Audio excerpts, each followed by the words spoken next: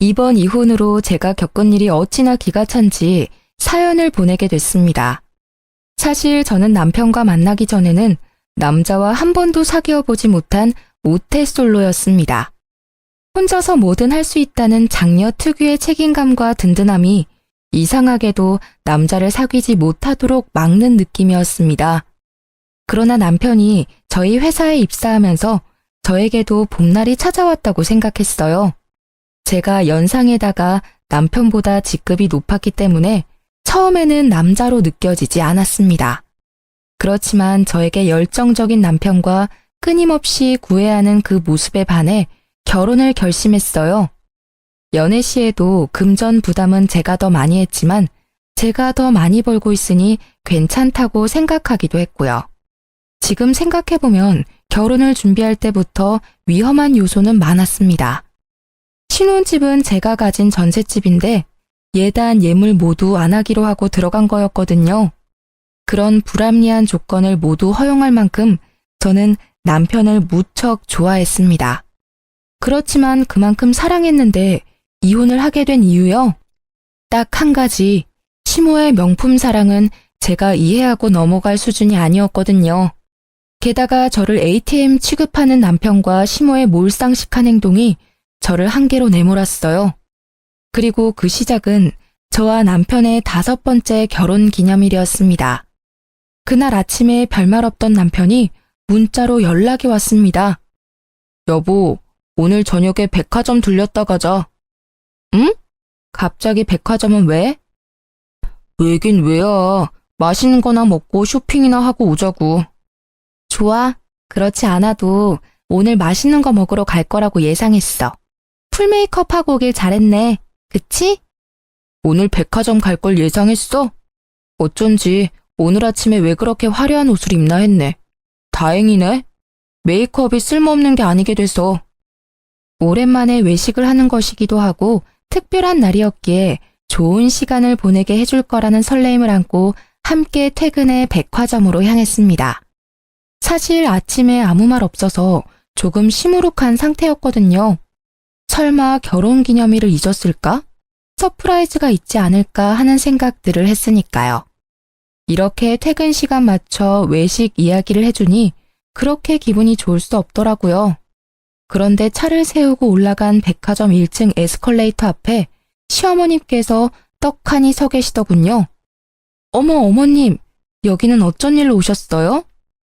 여기 왜 오긴, 우리 효자 아들이 불러서 왔지. 자기가 오늘 어머님 오시라고 했어? 어머니 요즘 입을 옷이 없다고 해서 하나 사드리려고 불렀지. 어머님 옷? 이것 때문에 자기한테 백화점 오자고 한 거야. 좋잖아. 옷 사드리고 여기서 식사하고 가면 딱 되겠네. 안 그래? 저는 어이가 없었지만 시모 앞이라 꾹 참았습니다. 저와의 결혼 기념일은 까맣게 잊고 있더군요.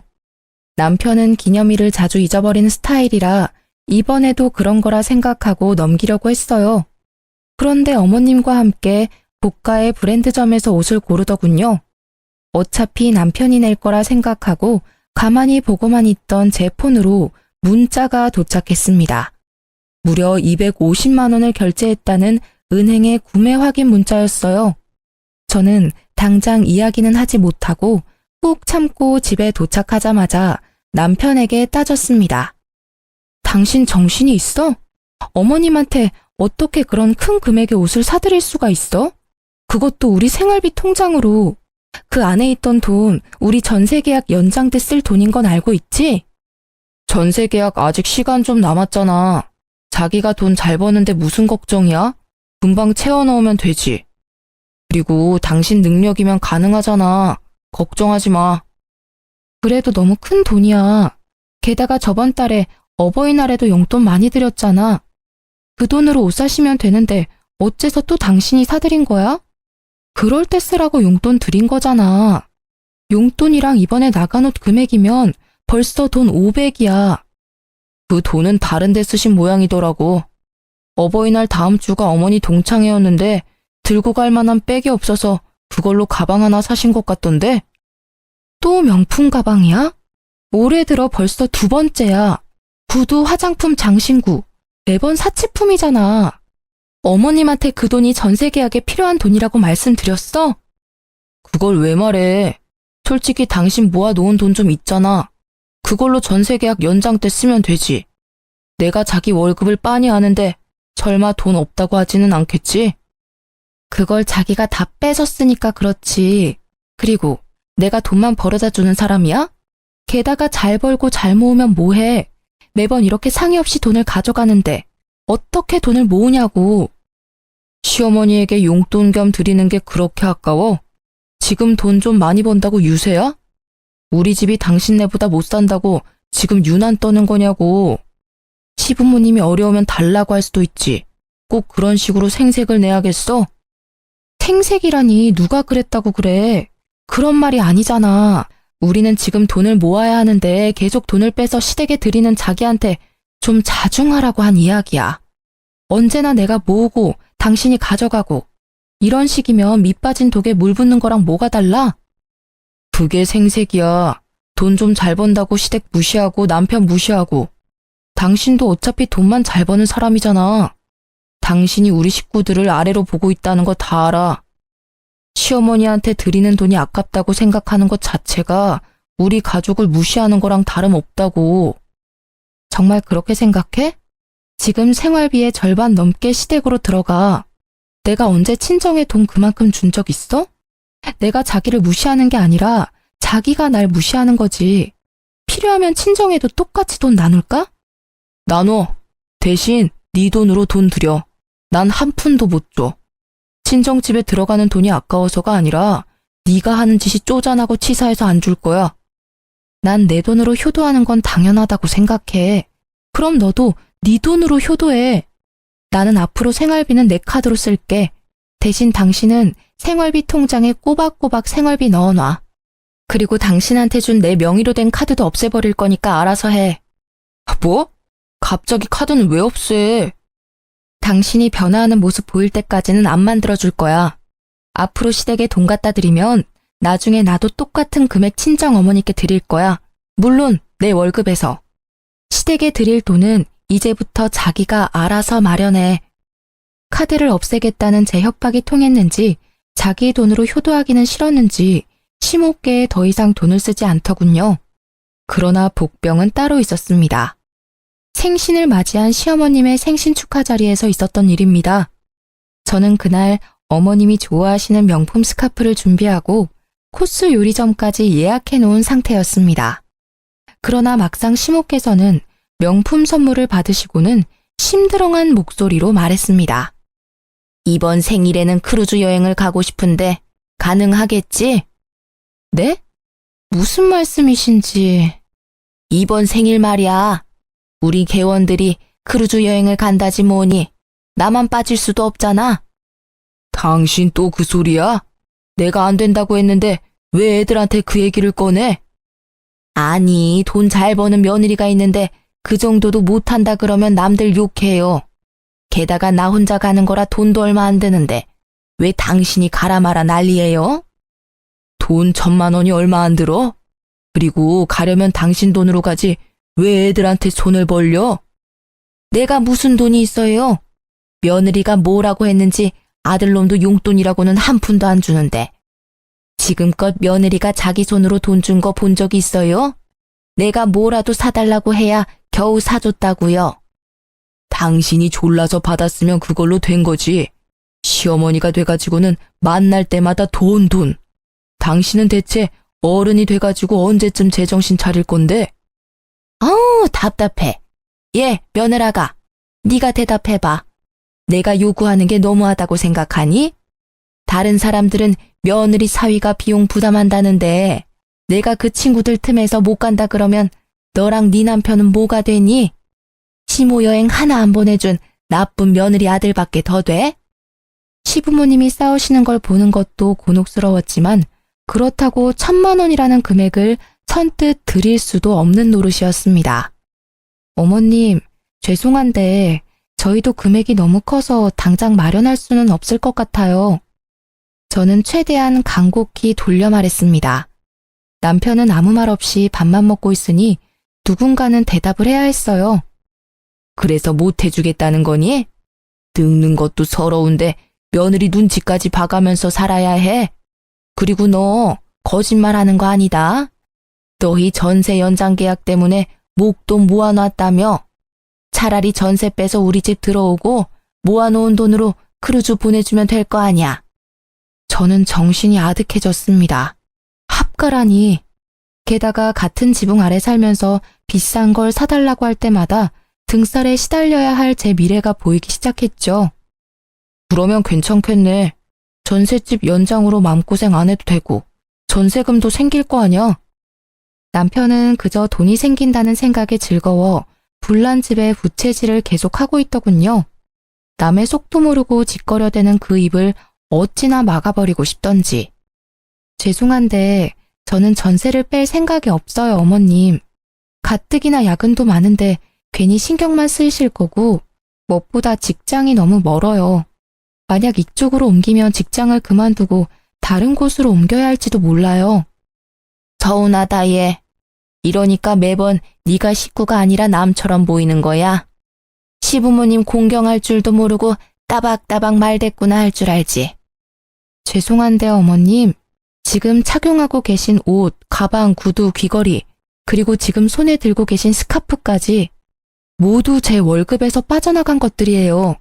딸 같은 며느리까지는 못 돼도 충분히 성의는 보였다고 생각하고 있어요. 여기서 크루즈까지 해드리면 올해 저희 생활에 타격이 커요. 네가 해줬다고 생색이니?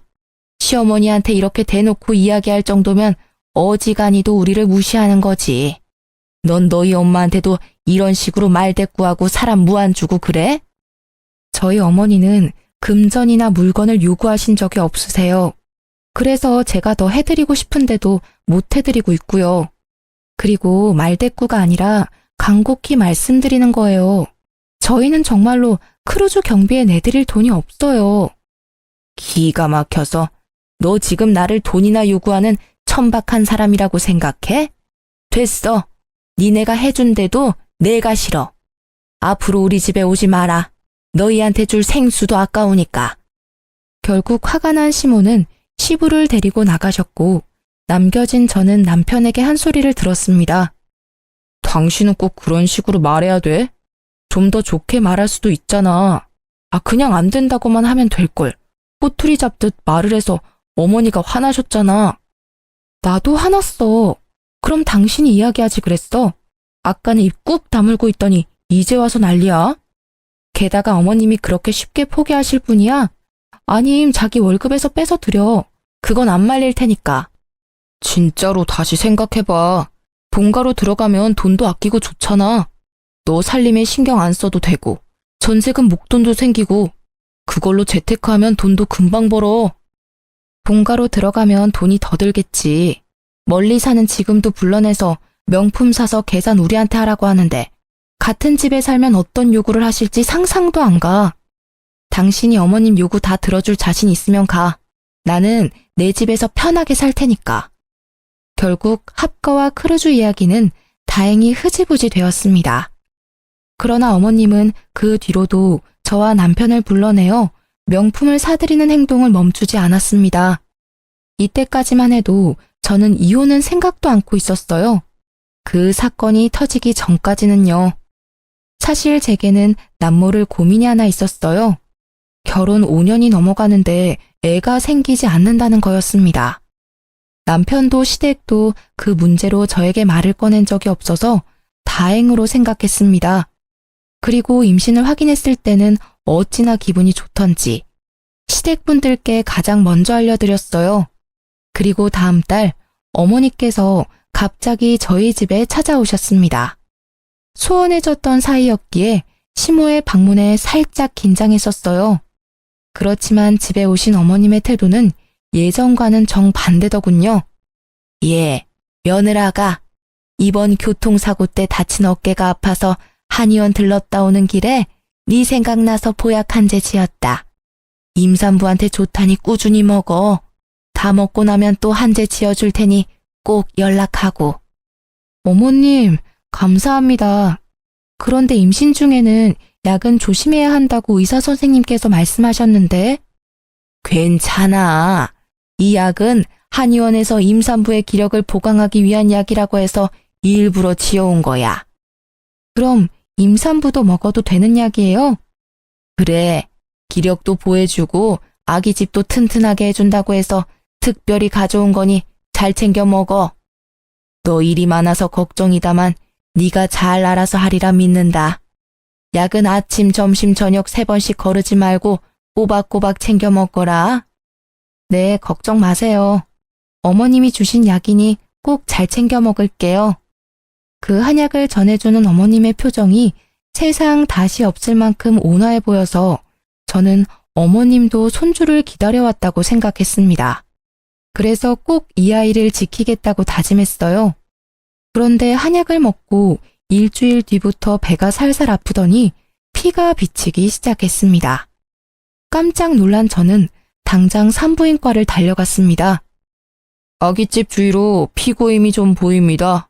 최대한 안정을 취하시고 매사에 주의를 하셔야 해요. 저 시어머님께서 한약을 지어주셨는데 계속 먹어도 될까요? 임산부를 위한 보약이라고 해서 지금 먹고 있는데. 일단 복용 중지하시고요. 산모님은 몸이 약하시니 선물 받은 한약에 어떤 한약재가 들어갔는지 꼭 한의원 찾아가서 물어보셔야 해요. 그리고 웬만하면 임신 중에 한약은 안 드시는 게 좋아요. 의사 선생님의 말에 저는 한약을 먹지 않으려 했지만 이상하게도 남편은 그 약을 제가 꼭 먹는지를 확인하더군요. 그래서 어쩔 수 없이 약을 먹을 것처럼 따놓고는 몰래 버린 후 빈 껍질을 보여주는 식으로 무마했습니다. 사실 그때는 미안한 마음이 더 컸으니까요. 그 이후 피가 비치는 일은 없었습니다. 다행이라고 생각하던 중 제 뒷목을 잡게 만드는 일이 벌어졌습니다. 오늘 왜 일찍 오라고 한 거야? 일도 바쁜데 그냥 직장에서 이야기해도 되잖아. 당신 내 퇴직금 중간 정산에 대해서 물어봤다며? 어? 아, 그거? 그냥 물어본 거야. 중간 정산 되는 건지 궁금해서. 아니지. 당신 그렇게 물어본 거 아니잖아. 총무팀에 있던 애가 나한테 알려줬어. 당신 배우자 대신 퇴직금 정산할 수 있는지 물어봤다면서? 나 몰래 내 퇴직금 빼려고 그랬어? 그게 어머니가 집 리모델링에 돈이 필요하다고 하잖아. 곧 있으면 동생 결혼하는데 집꼴이 말이 아니라고 난리를 치시는데 그럼 어떡해. 아들 된 도리로 좀 도와드려야지. 야, 너 그걸 말이라고 해? 시댁 싱크대 새로 갈아엎는다고 돈 가져간 게 1년도 안 됐어. 근데 무슨 리모델링? 게다가 어머님 댁 리모델링이면 당신 퇴직금으로 하면 되지. 왜 내 퇴직금으로 알아본 거야? 당신 퇴직금에 대해서는 묻지도 않았다던데. 당신 진짜 작작 좀 해라. 야, 너 지금 남편한테 야라고 했냐? 내가 어리고 돈 못 번다고 나한테 이제 막말하기로 마음먹은 거야? 그래. 서방님이 하늘 같은 마누라보다 돈 못 벌어서 이제는 대접도 안 해준다 이거지? 논점 흐리지 마. 내가 화나서 말이 막 나온 건 미안하다고 생각해. 그치만 당신이 지금 하는 일들이 상식적이라고 생각해? 시댁 도움 드리는 거 며느리로서 당연하다고 생각은 하는데 이건 도가 지나치잖아. 그리고 당신 잊었어? 전세 계약 연장 곧 다음 달이라고. 그래서 뭐 어쩌라고. 당신이 이제까지 다 알아서 했으니 이번에도 알아서 하면 되잖아. 나 같은 돈 못 버는 남편한테 무슨 손을 벌리겠어. 안 그래? 남편이 돈 없는 거 티내기 싫어서 당신 퇴직금 한번 알아본 거 가지고 이렇게 사람을 무시하고 멸시하고.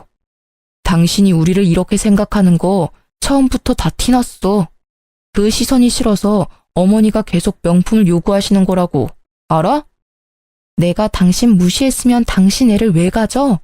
내가 지금 왜 애를 가지려고 그렇게 애썼는지 몰라서 그래? 솔직한 말로 당신은 애 가지는 것도 별로 좋아하지 않았잖아. 나만 매번 발 동동 굴리며 원했었지. 그리고 임신한 마누라를 앞에 두고 퇴직금 꺼내서 시댁 줄 생각은 어떻게 해? 앞으로 태어날 애한테 더 신경 쓰는 게 당연한 거 아니야? 애도 가족이지만 우리 어머니도 가족이잖아.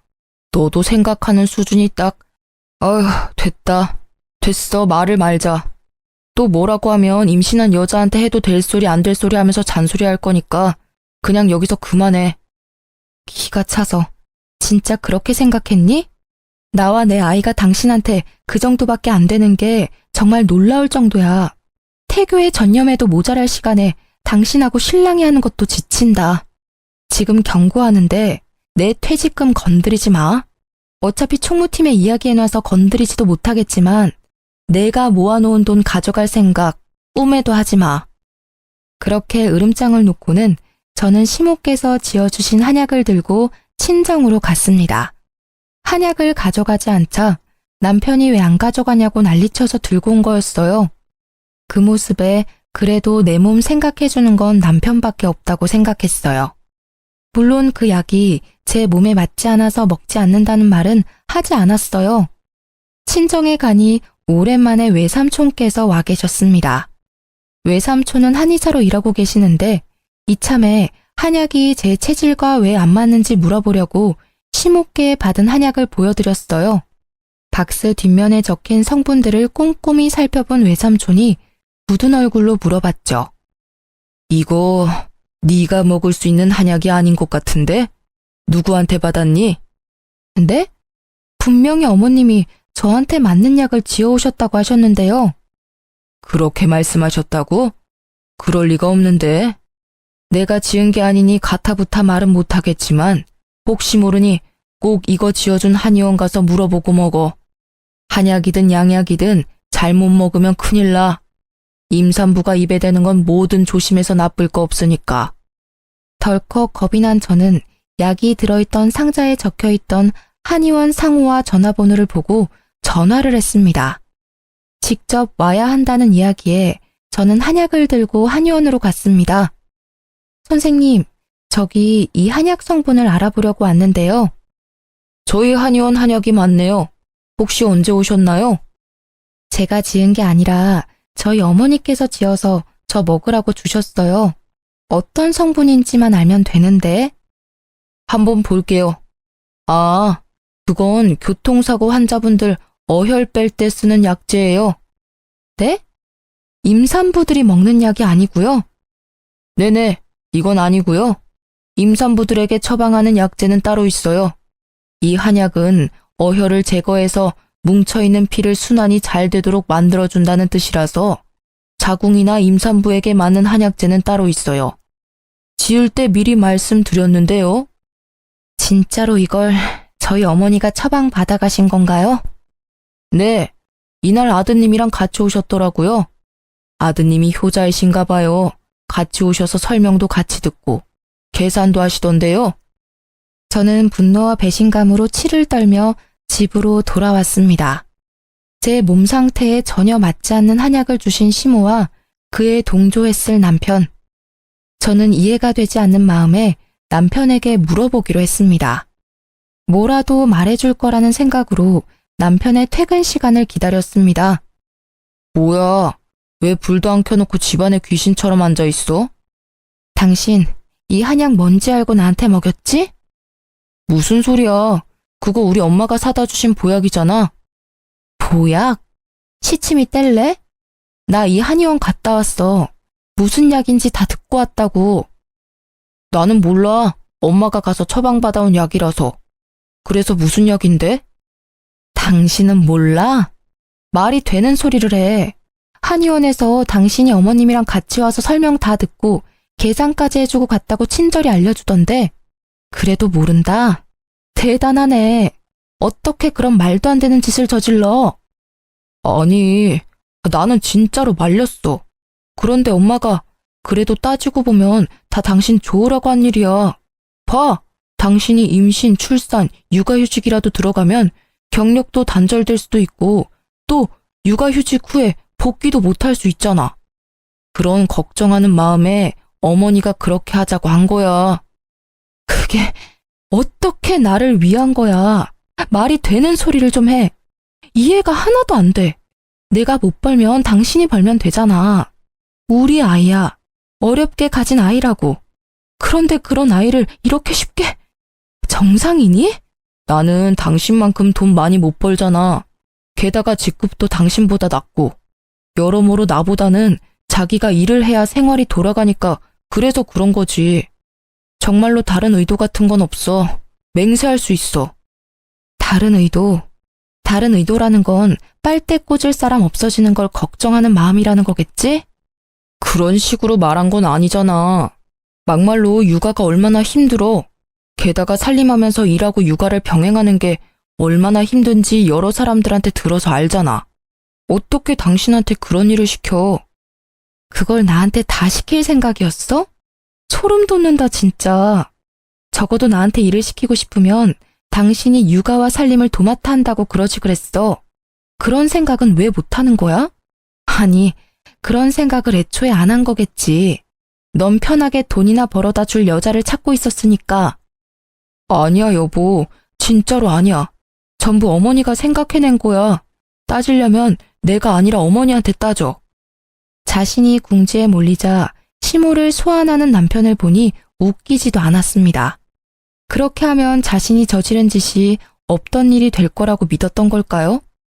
참으로 좁쌀 같은 그 마음과 다른 사람을 탓하는 못된 심보에 그나마 남아있던 정이 뚝 떨어지는 것을 느꼈습니다. 진심으로 눈앞의 남자가 하찮다는 생각이 들었습니다. 이런 남자와 결혼까지 한 내가 잠깐 정신이 나갔었나 하는 생각까지 들 정도였으니까요. 다 필요 없고 지금 당장 어머님 불러내서 밖에서 밥 먹으러 가. 갑자기 왜? 하라면 해. 직장에 와이프 돈이나 밝히는 천하의 몹쓸 놈이라고 소문나기 전에. 제 으름장에 남편은 시모께 전화를 걸었고 시모가 오기로 한 고급 요리집에 남편도 함께 보냈습니다. 그리고 저는 남편이 가는 걸 본 후 마대자루를 들고 시댁으로 향했습니다.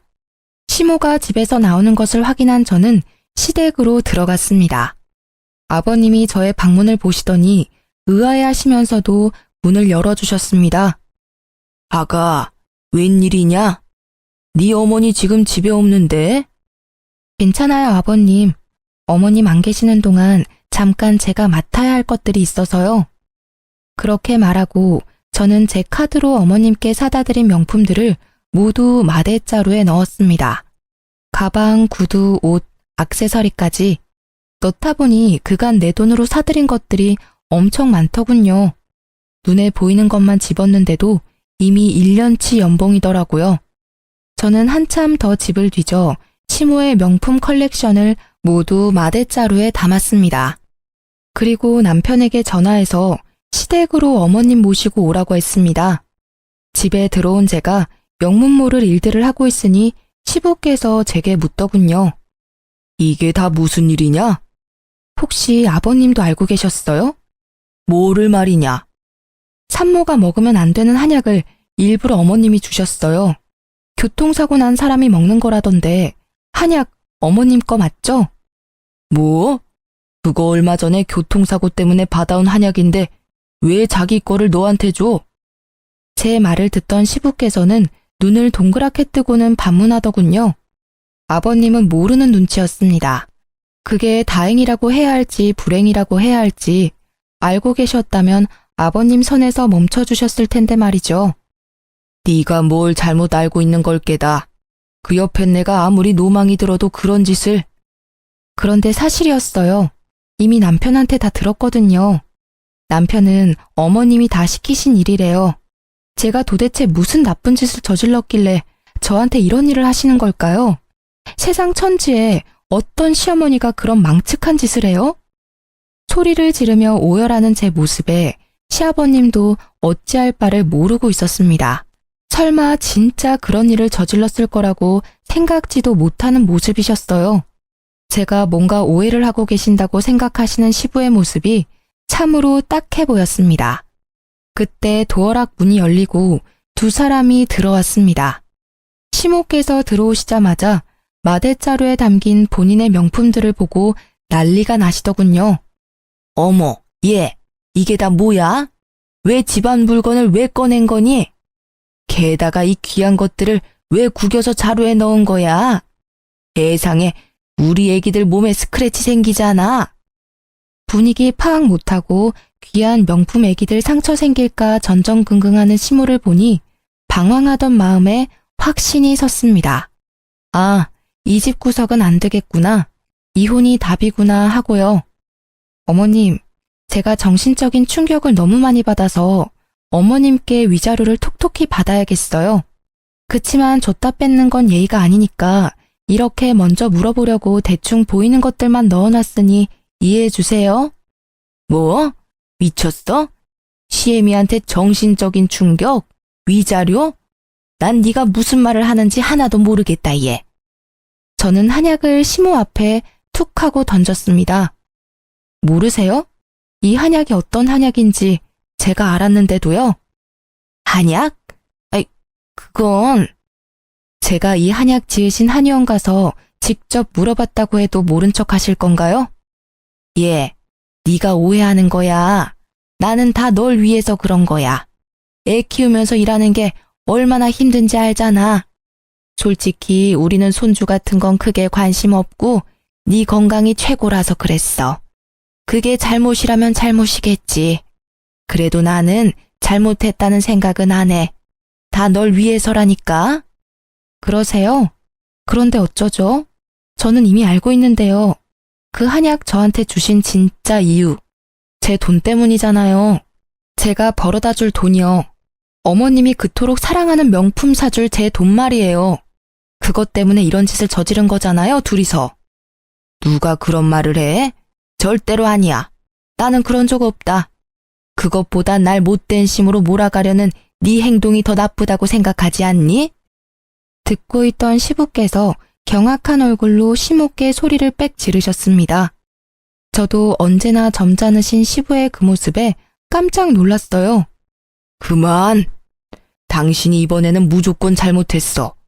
어떤 변명을 가져와도 당신이 한 짓은 용서받을 수 없는 짓이야. 옆에 내가 도대체 무슨 정신으로 사는 거야? 당신은 누구 편이야? 당신이 돈이나 잘 벌어왔으면 이런 일도 없지. 허구한 날 쥐꼬리 같은 월급으로 생색내던 게 누군데? 다 내 탓이라고? 당신 대신에 잘난 아들 덕 좀 보려는데 뭐가 잘못됐다고 이 난리들이야? 여태껏 그리 생각했어? 아휴, 내가 말을 말지. 내가 지난 40년 동안 이런 여자를 마누라라고 끼고 살았다니. 헛살았네, 헛살았어. 내가 당신한테 해주고 싶은 말이야. 나야말로 더 잘난 남자 만나서 호강할 수 있었는데 당신 만나서 쪽박 찬 거잖아. 결국 시부모님께서 한바탕 하시고 시부께서는 자리를 벗어나셨습니다. 이 명품들을 중고로 팔아 제게 뜯어낸 돈이라도 돌려받을 생각이었습니다만 상상 이상으로 어머님의 명품 사랑이 대단하시더군요. 어머님, 이 명품들은 제가 다 가져가도 되죠? 임신한 며느리 선물로 이 명품들 주신다면 이번에 불미스러운 일은 없었던 일로 해드릴게요. 괜찮죠? 그게 무슨 소리야? 그거랑 이거는 다르지. 그건 이미 내 거야. 그리고 임신한 며느리 선물로 누가 명품을 줘? 그래요? 곤란하네요. 저는 지금 저와 제 아이가 받은 정신적 충격 때문에 꼭 피해 보상을 받고 싶거든요. 저는 마대자루를 움켜쥐고 남편에게 말했습니다. 그럼 당신이 돈 내놔. 내 돈으로 어머님께 사드린 이 명품들 몽땅 합친 금액으로. 그러면 이 명품은 어머니께 돌려드릴게. 무슨 헛소리야. 그걸 왜 내가 내? 게다가 이거 다 얼마나 하는지 알아? 그 큰 돈을 달라고? 당신이 선물한 건데 이제 와서 뭘 돌려주고 말고 하는 거야. 있지.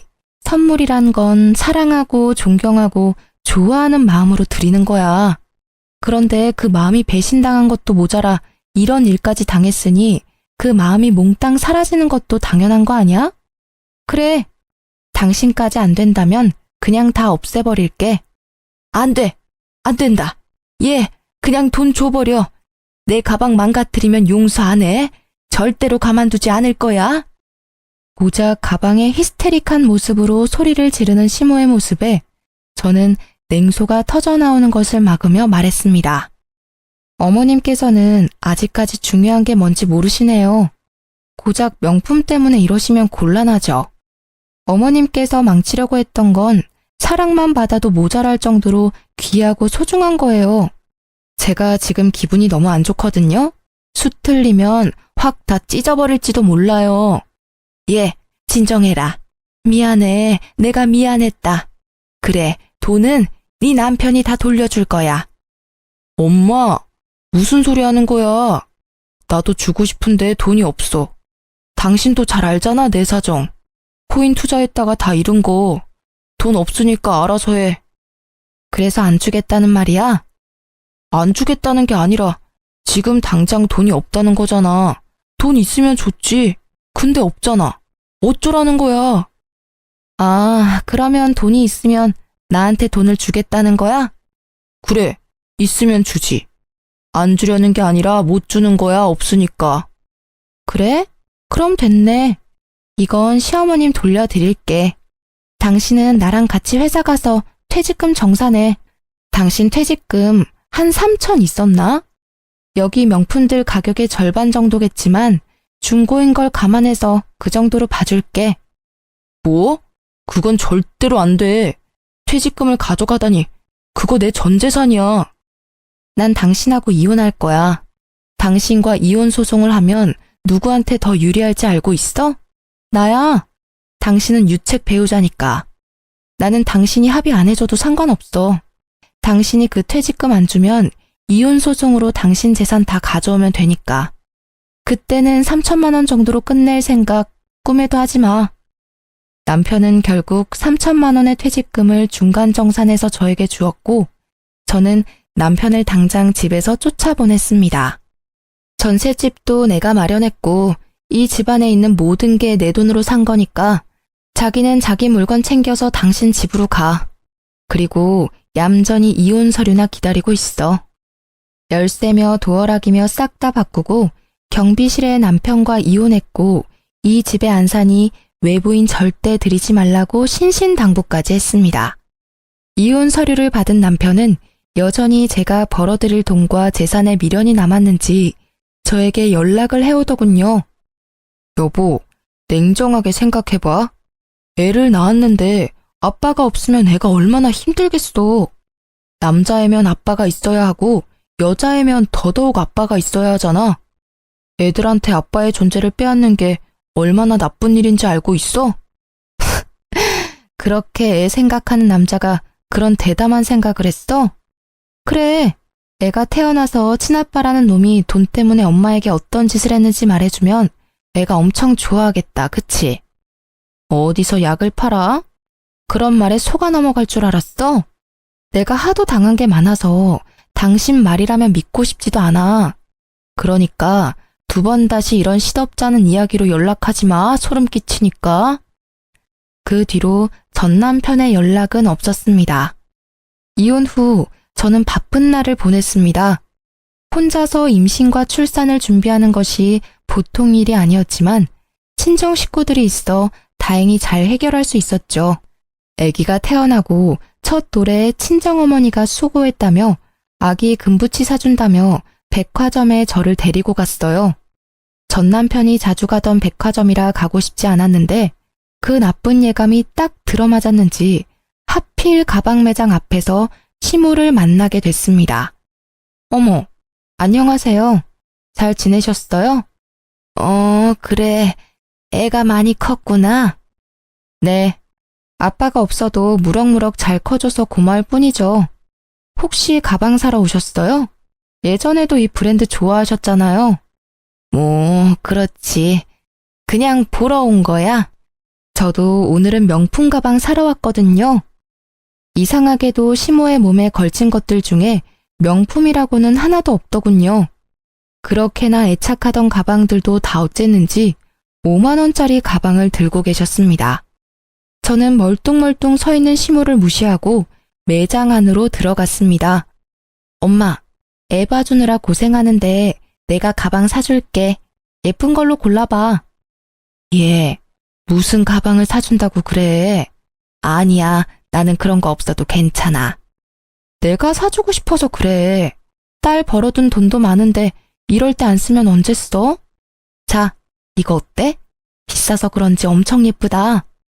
너무 비싸. 나는 작은 거면 돼. 네가 번 돈으로 왜 내가 호강을 해? 예쁜 손주 안겨준 것만으로도 엄마는 고맙지. 아니야.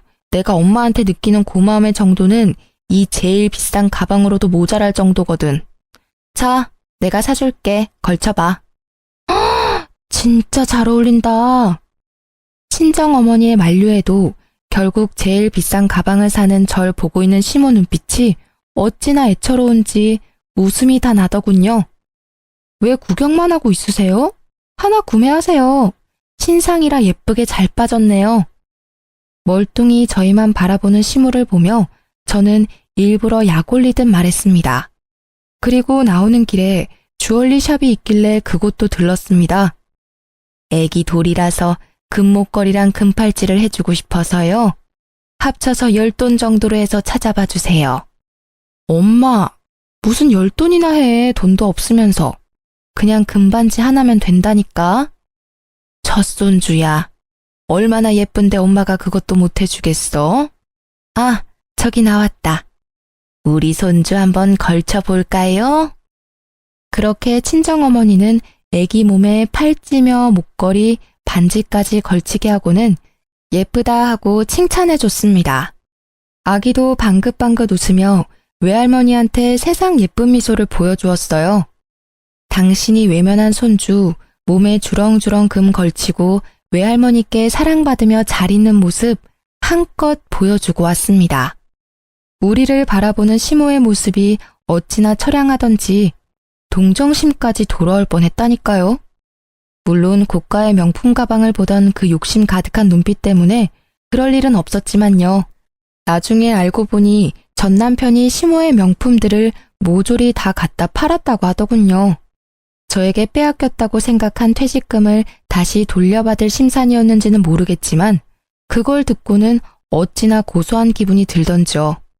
게다가 시모는 그 낭비벽 때문에 시부와 별거하고 서로 이혼 준비 중이라고 합니다. 소송 중에도 명품 가방 구경 나온 시모는 정말 하나도 변한 게 없어 보였습니다. 1년 뒤 육아휴직이 끝나고 회사에 복귀했더니 전 남편은 그렇게 악착같이 끌어모은 돈을 코인에 다 쏟아붓고는 결국 폭망했다고 하더라고요. 직장 동료들까지 끌어들여 했는지 마지막에는 엄청난 사고를 치고 퇴사를 했더군요. 몇 번 제 전화로 연락이 오긴 했지만 받아주지 않았어요. 솔직히 예전 같으면 내가 보고 싶어서 전화했을 거야 라고 착각했겠지만 지금은 절대 그렇게 생각하지 않아요. 제 돈이 그리워서 전화했나 싶어서 알아서 거르고 있어요. 이혼 후 3년이 지난 지금 저는 부모님과 함께 살며 애를 키우고 있어요. 그리고 조건이 더 좋은 직장에 스카웃이 돼서 이직까지 하고 좋은 사람과 교류 중입니다. 전 남편과 시모 때문에 임신 초기에 고생을 많이 했지만 지금은 사람 보는 눈을 키울 수 있는 따끔한 경험이었다고 좋게 생각해요. 아이가 잘못될 수도 있다는 생각이 저의 망설임을 없애주었어요. 뱃속의 아이를 위해서라도 열심히 살아야 한다고 생각해요. 엄마가 보는 눈이 없어 아이를 아빠 없이 키우게 됐으니 모자람 없이 키워주는 것이 제가 해야 할 일이겠죠. 나쁜 일들이 있었지만 그래도 저는 앞으로 잘 나아가고 있어요. 살면서 끊는 일이 이어나가는 일보다 더 중요할 때도 있다는 걸 깨달았어요. 제가 그랬듯 망설이는 모든 분들에게도 제 사연이 좋은 참고가 되었으면 해요. 마지막으로 제 사연에 귀 기울여 주셔서 감사합니다.